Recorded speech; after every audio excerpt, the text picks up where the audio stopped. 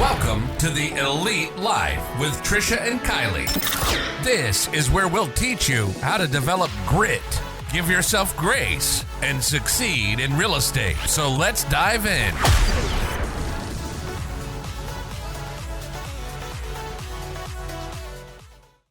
Welcome, friends, to another episode of the Elite Life Podcast. I'm Trisha, and as always, I'm here with my incredible co-host, Kylie. That's me. I'm here too. Hey.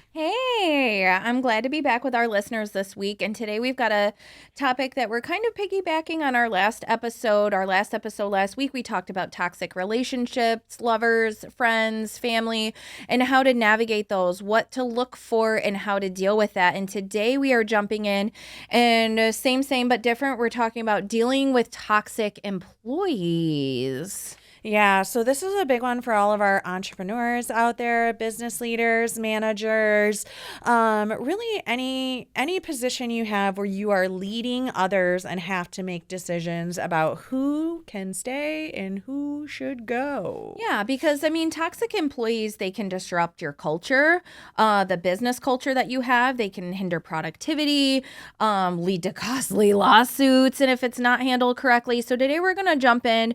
We're going to discuss 5 essential steps that you can take to address a toxic employee or team member without ending up in a legal mess and sparing your culture in the process. Right. And, I said this in the last podcast episode, but I try to be careful with the word toxic because everybody has different Everybody throws it around. I feel like it's one of those general things like the word dirty. Like people come to my house and be like, your house is dirty. I'm like, no, we just live here. Right. This is, it doesn't necessarily have to be a toxic person. It can just be someone who's not a culture fit for you. And maybe they came in and maybe things have changed in their life or changed in their circumstances, or maybe they don't even realize that they are exuding negativity now because there's other things that are going on in their life, and maybe they're bringing that to work and don't realize it. Absolutely. So I want to dive right in with step 1, which is just identifying who this person is that's kind of busting up the vibe in your office. Like, what is bringing the negativity or the tension? You got to figure out who the problem is or what the problem is. You have to identify it because, like Kylie was mentioning, it can manifest in a lot of different ways. It might be constant gossip. It might be undermining other coworkers. It could be harassment. Yeah. You may think it's one person and it's actually another. And I've experienced all these different things in my own office and in offices that I have worked at. And sometimes, like I said, it's very hard to figure out who is the actual rabble-rouser in here. Rabble-rouser. Yeah, so you want to keep an eye out for patterns of behavior that really go beyond like typical workplace conflicts. And you definitely want to keep documentation of these incidents and really kind of gather evidence, for lack of a better way of putting it, so that you can have a conversation with these people. And it doesn't come when you come to the table with, here's some evidence, here's some situations that have come up. It's a lot easier to have that conversation because it's not like a me versus you thing now. Absolutely. And we've done 2 things really recently. It's so funny because I just opened this podcast you wrote this morning, and I've actually been going through some of these things at the office to try to stay in front of these situations. So I have actually, number 1, been conducting interviews with all the agents because we're in Q4, and Q4 is just a great time as a leader to have conversations. They can be formal or they can be informal with your people yeah. And get a feel for, like, literally I've just been saying, like, I had one. I've had a bunch of them. I'm trying to hit as many employees as possible. But I sat down with one girl at the office and I just like I was like, hey, can I meet with you? Are you going to be in tomorrow? And she's like, yeah. And then she wasn't in. She's like, oh, I didn't know, like, if you really wanted to like meet, was it formal? Was it informal? Or were you just trying to say hi, whatever? And I was like, no, like, I actually want to sit down and I want to review some things and get some feedback from you because you're one of our, top producers in the office. And I just want to, see what's working, what's not working. And this isn't even just about people. It's about our systems. It's about our processes. It's just a general feel for, and you, like, how is life? Like, I started the meeting, like, we sat down and I'm like, how is life for you? Like, how are things going in your life? Like, what's going on at home? Anything you want to share? Anything I should know? How can I help you? How can I help you? What are your goals now? Because your goals at the beginning of the year might have been XYZ. Now we're 9 months in. Those could have dramatically shifted, right? Like, anything could have changed between here and now. What do you like? What don't you like? What do you think we could do to make things, better, different, give more to, people, blah, blah, blah. Like, at our office for a long time, we've tended to focus on getting new agents in, training them, and like really pouring into new agents because that's a big gap in the business. But it had been brought up to me that, like, okay, you do that, but what about the agents who have been with you for a long time? Like, what are you doing to help them? What's next? Like, you get a new agent in, you get them producing, you get them doing amazing, they're total rock stars, then what? If there's no then what, then people leave. So this year, our main focus at the office has been our strategy for development and growth for those then what agents, the agents that are between year 2 and year 5, where they're not a self-producing, amazing rock star $20 million closer, but they're also not new. But those are your bread and butter. Those are your people that if you treat them right, you grow them, you care about them, they are going to be your $20 million producers. But what we noticed after 10 years is if you don't, they leave because there is no then what. And one thing I what's important about having these conversations is you're able to, like Trisha said, get feedback on what's going on. So maybe the toxicity is stemming from the employee feeling like they're not getting the support from you as a leader that they should be, that they bought into, that they signed up for. And so one of Trisha's favorite things to say is you have to audit, you have to assess, you have to reflect, you have to audit, you have to assess, you have to reflect. And going through and speaking with your employees, just checking in at least once a quarter and saying, hey, what are your goals? How are we doing? How can I help you? Here's your KPIs for our business. Here's where you're succeeding. Here's where you're failing, and it gives you an opportunity to, like Trisha said, open the door, get some feedback. Like, when this is definitely an area where when I'm doing administrative consulting, my clients always ask me about this, usually when you sit down and you start talking to people, I always, when I'm talking to employees at other businesses, I say, listen, I want you to be able to give me feedback on some of the other employees. I'm not here every day. My job is to make this environment better, to make these processes and procedures better. And we can't do that if we don't have candid feedback on what's working, what's not working, who's not working. Yeah, and actually another thing that we implemented, which I got from these interviews, was one of the agents was like, I don't mind, she says, I don't mind being your snitch, but other people might not want to tell on other people. She goes, what if you got a box? And it's not just for negative, it's for positive too. Like, if I want to give a shout out to Danny, I want to put in the box, shout out to Danny for doing XYZ. If I want to say, I don't like Kylie because she smells like onions, then I want to be able to put in the box, I don't like Kylie because she smells like onions. That's the word. I totally made that up. You don't smell like onions. Oh. But it's a box that says, please share, we care. Comments, encouragements, critiques, things we could do better, please let us know. And we put it in our small conference room where anybody can go in incognito at any time, drop a message in the box, whatever it is. The box is locked. And then Kim opens it up and texts me or emails me all the feedback for that week. And we do that all the time. And I actually got a text from one of the agents yesterday, and she was like, I just want to tell you, I think it is so amazing that you are willing to listen to other people's feedback, comments, and concerns and adjust your business to make people feel comfortable and heard. Like, you let everybody be a part of the building of Elite. And I think that that's awesome. And I'm like, I appreciate the help. I can only take it to this level because I only know what I know. So if you have some outside perspective or something you've seen at another office that works well or didn't work well, or if you don't want to be the snitch that tells on this person all the time, then you can drop it in the box. For sure.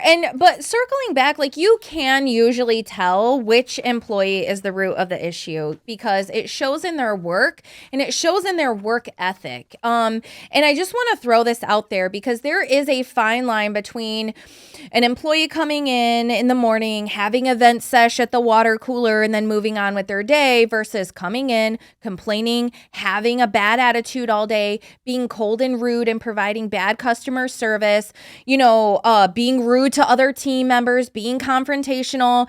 If you don't have direct access to your employee interactions, I highly, highly, highly encourage you to become more present. Trisha's always in the office. The other business owners that I work with on a consulting basis, some of them I've had to say, you need to be in the office more because you need to tamp this down, or you need to keep an eye on this. And the other thing it does too is when they see you around, like Trisha says, like, Trisha's here, she's present, she cares, she's open for feedback, and things like that. If you're a business owner or you're leading a team, like, you need to make yourself available, because if you don't, or you don't have what I would call a ride or die. So I work with this one agent. He's a super big team leader, and he's got so many buckets going. He doesn't have the ability to be the eyes and ears on the ground, but he has a ride or die who is his manager, who rain or shine, shows up, fills in. You need to have one of those. So it makes it, you need to have someone that you can trust monitoring the things that are going on. Yeah. And the other thing is this is obviously the hardest part. Once you've identified where the problem is, who is like crunching that vibe at the office, you have to have a candid conversation. You have to set up a private meeting to talk about the behaviors that are causing the problems. And I highly suggest not doing it in the office. One of my favorite things to do is when I have to have a serious conversation with somebody in the office, especially somebody in the leadership team, I'll be like, let's go for a walk. And we go out in the neighborhood and we walk around the neighborhood that's by the office, because number one, our walls are thin. Everybody can hear. And number two, when you are sitting across the table from somebody, that's a very adversarial body language. Yep. So if I am across the table from you, it's an us versus you situation. Yeah. And sometimes that's unavoidable. Like, you're at breakfast, one person's on one side of the table, the other people are on the other side of the table. It's felt though, and that's hard. So like, if you can get outside and go for a walk, or just get in a very neutral place, like, that's super important. And then when you get there, like, start the conversation with encouragement and gratitude, because this is a person who helps your company grow, or at some point they did, right? Like, they're there and they're working and they're impacting and yada, yada, yada. So start with something positive and some gratitude, and then help them to understand where the problem is, and then try to help, like, together create a plan to get better, right? Yeah. So when you're creating this plan, it's important to set clear expectations for improvement and basically consequences if those expectations aren't met. So like Trisha said, if you're having a conversation with someone and, maybe they are just not vibing with another person on the team, you say, all right, I understand there's some conflict here. Neither one of you are going anywhere. What are your ideas to fix this? And if they don't have any ideas, you need to make sure that you, as the leader, have some solutions to bring to the table. Say, okay, well, here's what we're going to do. We're going to move your desks away from each other, so that way you're not physically, in proximity to one another. And, you just you just bring some of those solutions to the table and you talk about, here's what I'm expecting from you. You know, if the issue is customer service, so I'm, you know, for the next week, I'm going to be monitoring and getting some feedback from the people that you're interacting with, you know, in person or on the phone or over the computer. I'm going to be asking, how was your experience with this person?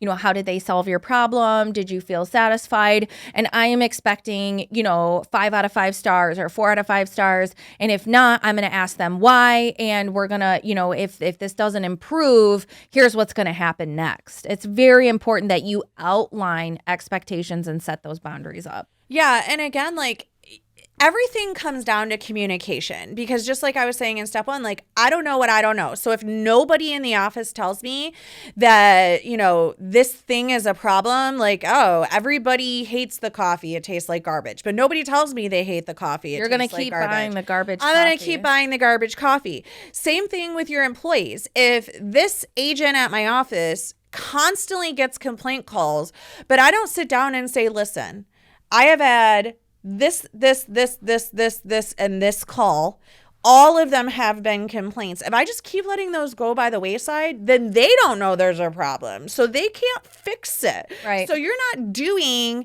you know, anybody any favors by hoping that it just gets worked out by itself. It's not going to, because they may not realize that there's a problem at all. And there's been problems that are with me. Like when I first became a leader, nobody teaches you how to own a business. Nobody teaches you how to be a broker. Nobody teaches you how to be a leader, right? Stars Academy does. Stars Academy does. StarsAcademy.com. But I didn't know what I didn't know. And I didn't know how I came off to people sometimes. So I like to be very efficient. You're intense. I'm intense. I didn't know how intimidating and intense and sometimes dismissive I am, because I'm trying to be super efficient and work. And then somebody would come in my office and I'd look up and I'd answer their question and then I'd go back to work. I didn't mean to be dismissive. I didn't mean to be intense. I didn't mean to be, you know, unapproachable.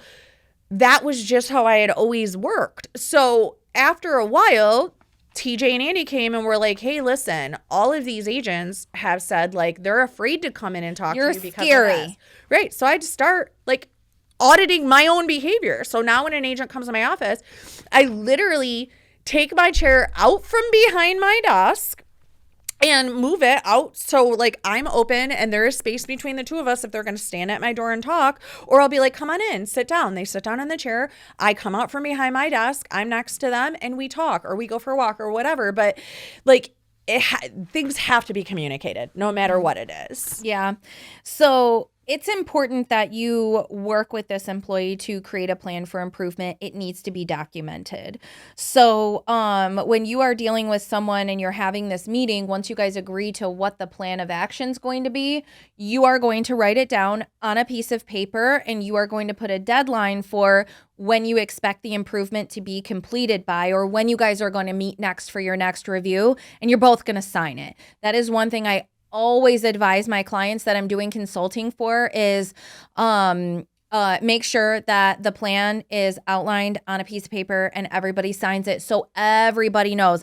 And if it does get really sideways and there are, you know, legal things involved down the road because of whatever's going on, at least you have a piece of paper that says, yeah, on April 1st, we met, we talked about these things, we put this plan together and she agreed to do these things and they weren't done. So we fired her.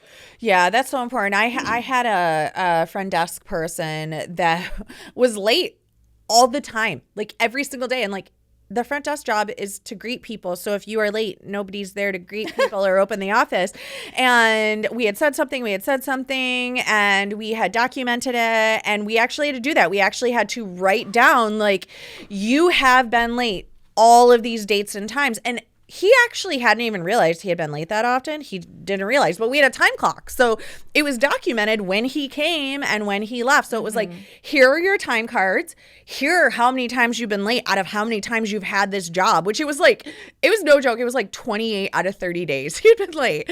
And we're like, here's the situation. Like, here are the next steps. Like, this is your written warning. Like, you've already had your verbal warning. This is your written warning. If you are late 2 more times that you clock in late, you will be terminated. And so he ended up getting terminated, obviously.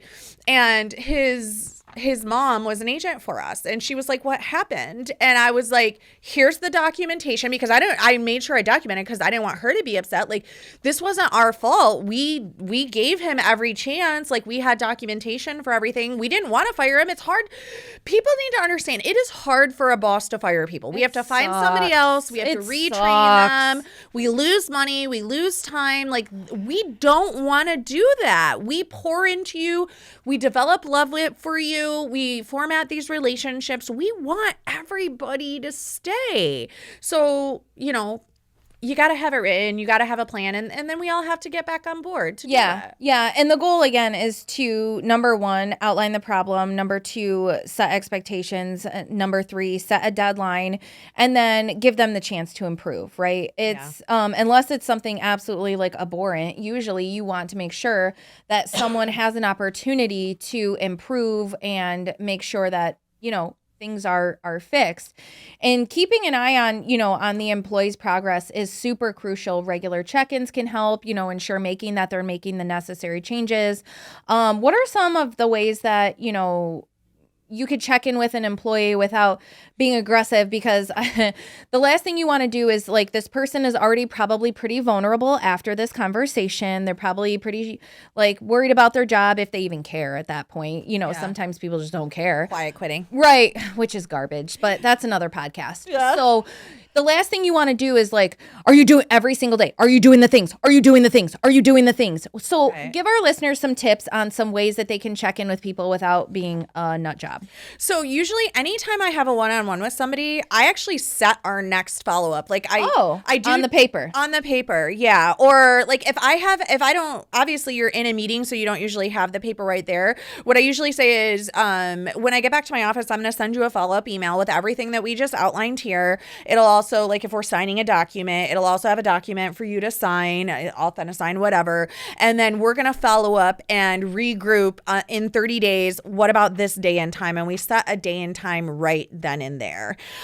Sometimes I'm not the best at actually, like, if I don't set the time and date right there, sometimes I'm not great at following up, and then too much time goes by. So I would say, like, setting a deadline and being diligent about that follow-up is absolutely crucial, or else things can go on bad, because there's no accountability for the fix for the problem. You have to have accountability for the fix for the problem. And then the other thing, like you said, other than, like, specifically setting the next check-in, is just staying present in the office. Like, I want to hear what other people are chatting about. I maybe will check in with somebody who is my ride or die, or somebody who I know kind of has their ear to the ground and kind of hears everything. And not because I want them to tattle, but just because I want to know that everybody in my office, again, this isn't a me versus you, or this agent versus that agent. Everybody's got to be on the bus. Yeah, we all just want to love where we work. And that is the most important thing to me. When me and Andy built Elite Realty, the most important thing to us when we built this company and this culture, and we sat down and we talked about our mission and our vision and our values, I want everybody to walk in and be so excited about coming to the office and love being there. If they don't love being there, if I don't love being there, that's a problem that I need to fix. Yeah. And then I am going to make sure I am physically present every day possible until that is fixed, because it starts and ends with the leadership, period. Yeah. And don't forget, sometimes you have to involve HR or legal counsel if things escalate. We live in a very litigious culture right now, and I'm watching and reading about people who are constantly dealing with employees over various issues that we have not faced up until yesterday because it wasn't a thing. And so sometimes I advise my clients, when they're having to have these disciplinary meetings, for lack of a better way of putting it, is having another person in the room, having your ride or die in the room, having a secretary in the room, having someone in the room. That way there is another witness to what was said, what was done, what was agreed to. Because the last thing you want is to have this conversation and then have this employee go out and say, this person said this, they threatened me with that, they told me this. And now it's turned into this big thing that it wasn't, just because this person's pissed off. Right. You caught them in their bullshit. Yeah, absolutely. So, like, at the end of the day, there's your 5 steps, right? We love to give just like easy steps. Identify the problem, communicate, make a plan, monitor it, and then take action. You need all 5 of those things to make sure that you are moving the needle forward, you're keeping everybody happy in your company. Culture isn't falling apart. Yeah, culture is everything, guys. People will quit not because of the money, because of the culture. Oh, yeah. Absolutely. And again, sometimes, despite your best efforts, sometimes you just got to let people go. So make sure you plan for that as well to protect everything that you've just built. Yeah. And like Kylie said at the beginning of the episode, this is a 2-part episode. So this one was about toxic employees in the workplace. But if you are like, I'm not a business owner, the episode before this one, last week's episode, is about cutting out toxic people in general, friends, family members, whoever it is in your life. The whole point of this podcast is we want everybody to live a life that they love and leave a legacy they can be proud of. So if you don't love everything about your life, your business, the people that are around you, like I said at the end of the last episode, you are not a tree. Move. Yeah, you have the power to change. So go listen to that episode. All right, cool. Well, we are all wrapped up for today. I hope that this was helpful. Please don't forget to subscribe, like, and share. You never know who needs to hear what is going on in this podcast. We so appreciate you guys for joining us, for loving us, for following us. And don't forget to come back next week for some fresh content on the Elite Life podcast. Bye. We thank you so much for joining us today on the Elite Life with Trish and Kylie. Be sure to share the episode with a friend so we can continue bringing you more great tips on grit, grace, and real estate. You can also connect with us on Instagram, Facebook. We hope the ideas we share continue to help you build an empire and leave a legacy.